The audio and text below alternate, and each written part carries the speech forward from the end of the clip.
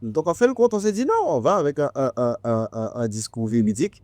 Et on avait cette façon, on va dire, de rentrer dans le vif du sujet, même si nous jugeons en passant. Mais sur le sujet, on ne pouvait pas contester. C'est pas une question de tort ou de raison, c'est juste une question de bon sens.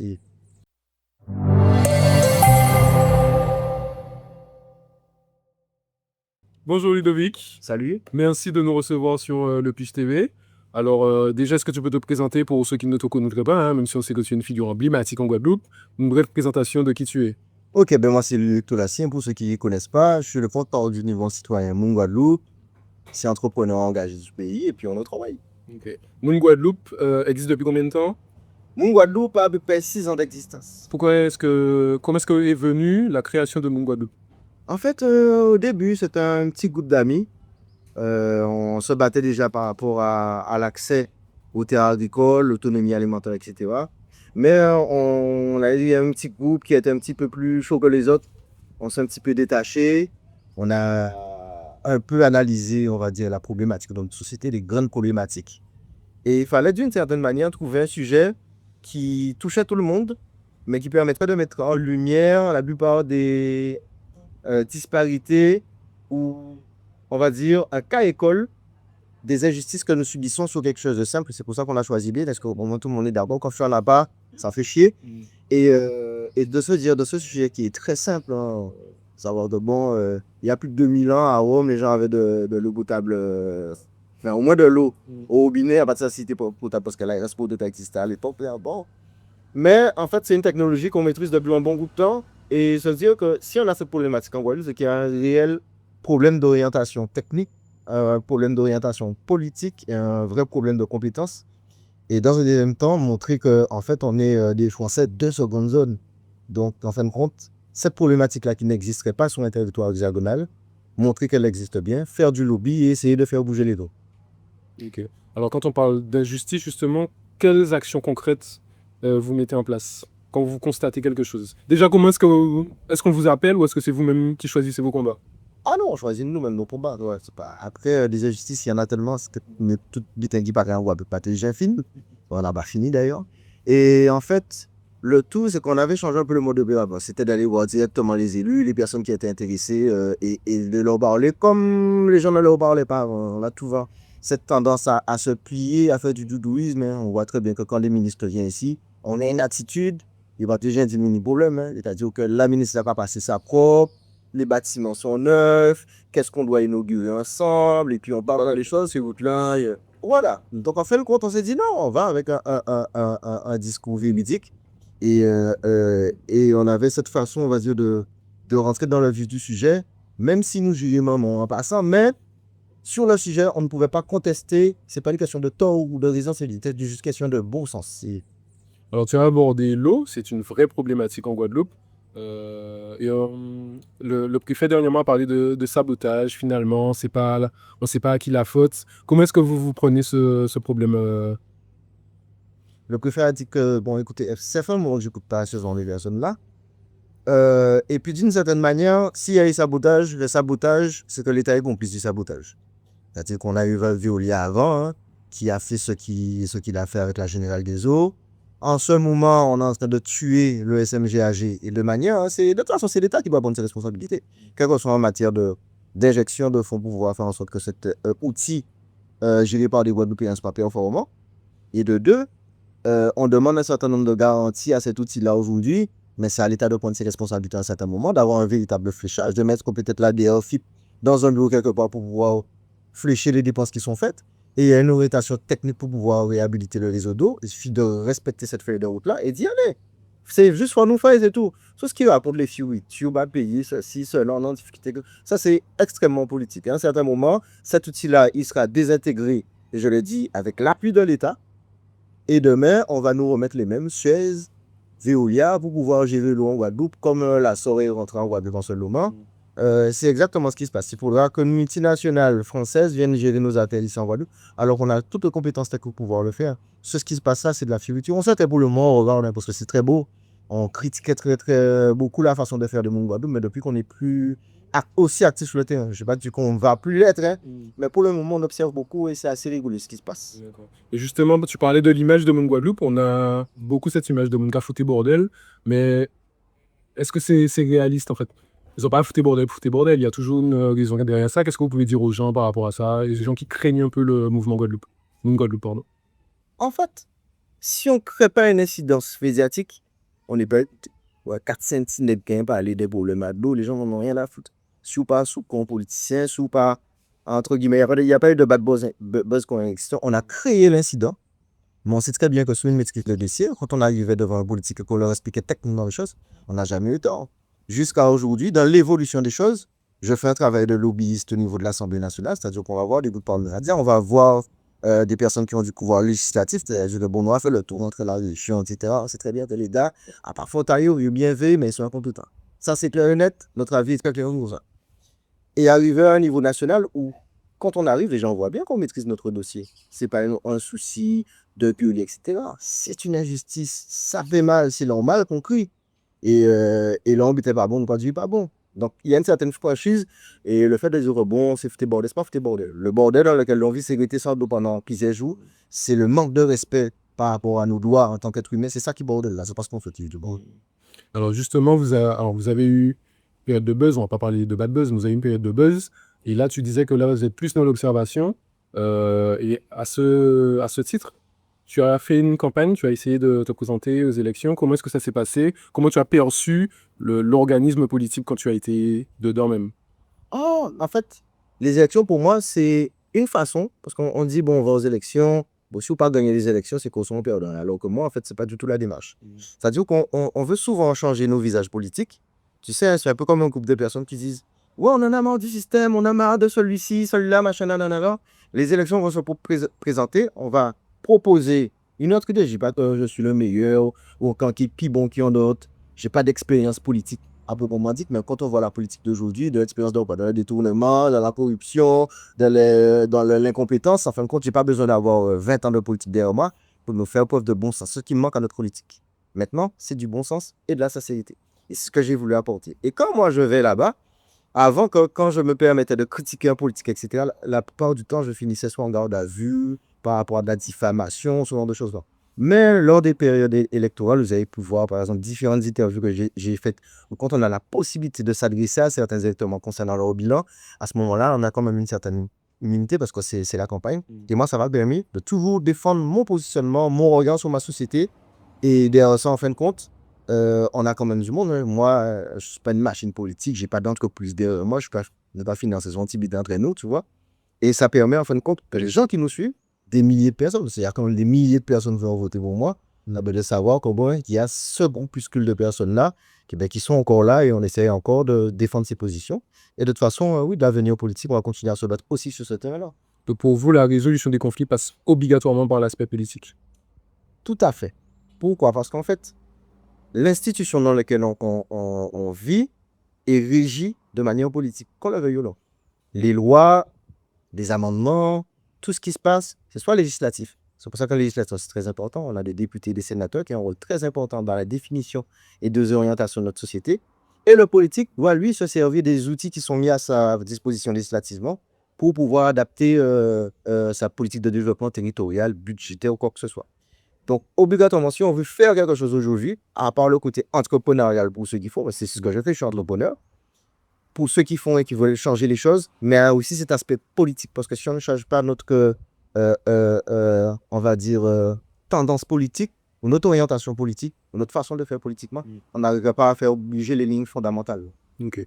On va revenir sur les problématiques un peu plus locales. Donc, en ce moment, c'est ça, tout le monde en parle, c'est la vie chère. Les prix augmentent, les sens augmentent, les courses augmentent. Qu'est-ce que dit Moon Guadeloupe face à ça? Quelles sont les solutions qu'on peut apporter? Ah, les solutions qu'on peut apporter, c'est pas nous dans notre solution. Ça, c'est vraiment, on est des contribuables, on paye déjà des impôts. Moi, j'ai une entreprise là, j'étais sur le site des impôts du Lamentin. Déjà, quand on y va, ils mettent qu'on l'a là. C'est nous, on fait notre part.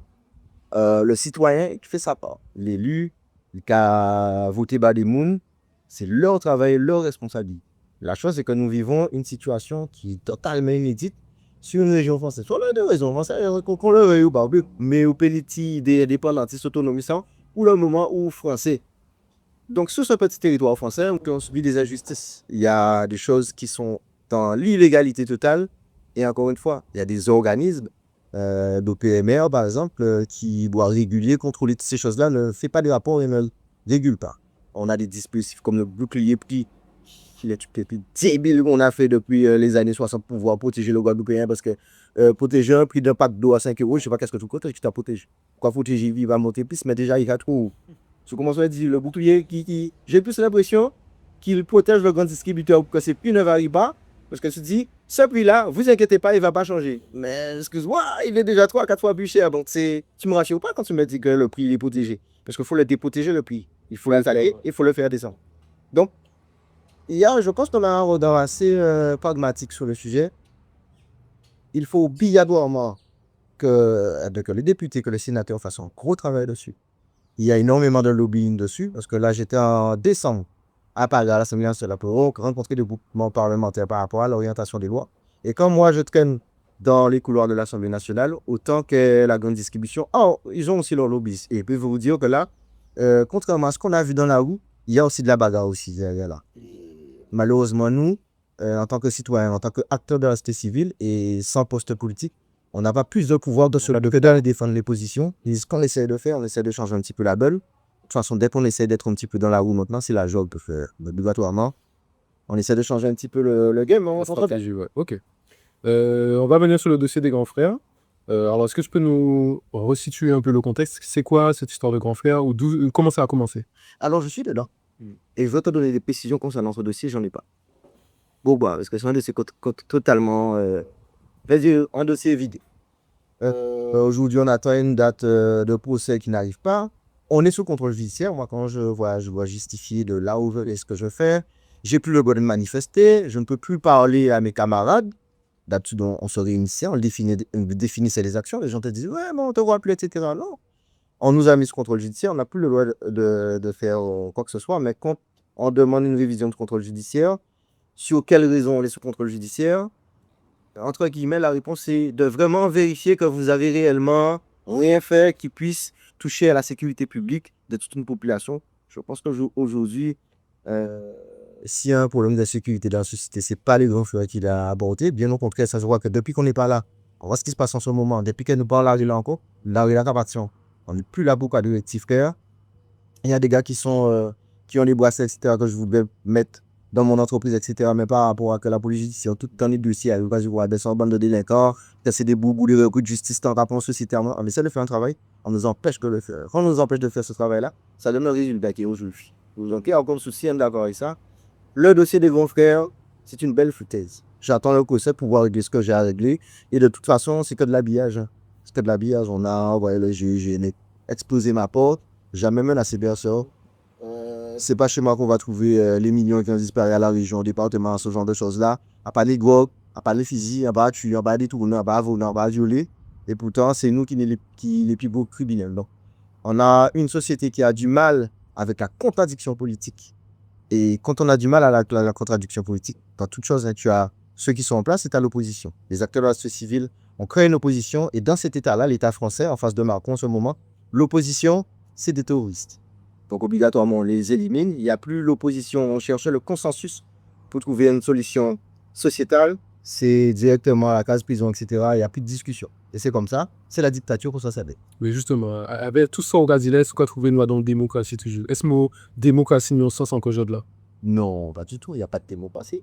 Essaie d'exprimer de manière correcte, avec des propos cohérents et avec des vrais arguments, ton opinion. Du moment où ça met à mal le pouvoir en place, il y a que trouver un moyen pour des aides. C'est sûr. Ok. Alors, du coup, si quelqu'un a un problème là, comment est-ce qu'on peut adhérer à Mon Guadeloupe? Est-ce qu'on peut vous appeler? Est-ce qu'on peut vous joindre? Est-ce que vous êtes toujours actif ou disponible? On a un groupe WhatsApp. C'est un groupe ouvert où on met les informations en général. Là, en ce moment, on est en train de créer une association, mais plus dans l'aspect juridique. Là, maintenant, on va passer dans des phases où, après quelques années d'études de dossier, on voit ce qui se passe. Donc, il nous faudra peut-être un appui plus populaire à ce moment-là. Mais il n'y a pas d'adhésion. En fait, Mon Guadeloupe, on n'a jamais demandé 1 euro. C'est le seul truc qui nous pas fait ni cagnotte, ni quoi que ce soit. On n'est jamais rentré dans le système financier. On a toujours été avec le cœur et les couilles. C'était notre conviction. Donc, quand on veut nous rejoindre, il suffit juste de venir à une réunion, de se mettre sur le groupe. Et quand tu es d'accord avec ce qui se passe, se lever et puis on y va, c'est tout. Ok, ah bah, c'est clair. Est-ce que parmi les militants guadeloupéens, tu aurais du monde à nous recommander, qu'on pourrait interviewer? Des militants guadeloupéens. Qu'est-ce qu'un militant guadeloupéen en ce moment? Il y a beaucoup de personnes qui parlent. Il y a beaucoup de personnes qui parlent beaucoup, mais quand on regarde concrètement ce qu'ils font, voilà. Après, je ne suis pas là pour jeter l'opprobre sur nos pères ou ceux qui étaient là anciennement, hein. Ils ont leur façon de faire, mais en 2025, si pendant 30 40 ans, cette façon de se battre qu'on n'a pas pu faire bouger les lignes, peut-être qu'il faut réfléchir différemment. Il ne faut pas non plus plomber ceux qui essaient de faire d'autres choses. Parce qu'en plus de l'État, nous, quand on a fait une Guadeloupe, on s'est fait tirer dessus, mais par tout le monde. Donc, soit les syndicats ou quoi que ce soit, alors que bon, on prend la de CBC. Ils ont pas boumé dans direction, nous pas boumé dans direction, fait qu'à on va faire qu'à nous. Tu vois, mais bon, c'est un peu ça. Donc, après, dans le choix, voilà. Ok. Ben, on arrive à la fin de notre entrevue. Est-ce que tu as un dernier mot à dire à la population? Un mot d'encouragement ou je sais pas. Si nous-mêmes, on ne fait pas bouger les lignes, ça ne viendra pas. C'est pas la peine de jouer la politique de l'autre chose en se disant ça va finir par s'améliorer, etc. Ça va. Les prix augmentent, le réseau d'eau, ça part en couille, ça ne s'arrange pas, etc. Sinon, on ne prend pas la situation. Mais si on ne change pas le visage politique de la Guadeloupe, si on ne change pas notre façon de combattre nos injustices, ça ne va pas bouger. Si on ne laisse cette situation-là, c'est d'une certaine manière, d'une manière générale, on l'a accepté. Si on ne se lève pas, je ne dis pas se rebeller, brûler, casser, quoi que ce soit, mais si d'une certaine manière on n'affirme pas une position nette, ça ne va pas évoluer. De mon côté, faut pas que les gens aient peur. Moi, avant tout, je suis un papa pour, tu vois, j'essaie de prendre soin de ma famille, prendre soin de mes enfants, passer du temps avec eux. J'essaie d'avoir ce regard très sévère sur ma société. C'est pour ça que des fois, les gens voient quelqu'un de très sévère, de très dur, quoi que ce soit. Mais loin de là, hein, si je suis aussi sévère, c'est parce que j'aime mon peuple. J'essaie d'obtenir le meilleur d'eux et de faire en sorte que la société que je vais laisser demain, c'est pas celle qui est en train de s'épanouir en ce moment-là. C'est une mauvaise bout de comprendre. Il faut vraiment qu'on se recogne. Ok, bien, c'est bien. Tu as vu, tu suis la chaîne Le Pige? Oui. Et qu'est-ce que tu en penses du média justement? En fait, c'est très bien parce qu'en fait, ça change. Il y a ce côté très proximité. Et puis, avec ça, ça permet aussi, c'est un média 2.0, on est surtout sur les réseaux, on a le WhatsApp, donc ça nous permet de suivre l'actualité, parce qu'on n'a plus le temps de s'asseoir comme avant, 6 pendant une heure de temps, regarder un journal. On sélectionne notre information, mais c'est quand même bien d'avoir ces buts, et surtout les formats qui sont faits, qui sont beaucoup plus intéressants, beaucoup plus digestes, et c'est très bien, donc je vous encourage à continuer, et puis après, on est connecté. Hein. Super. Merci beaucoup. Pas de souci. Yes.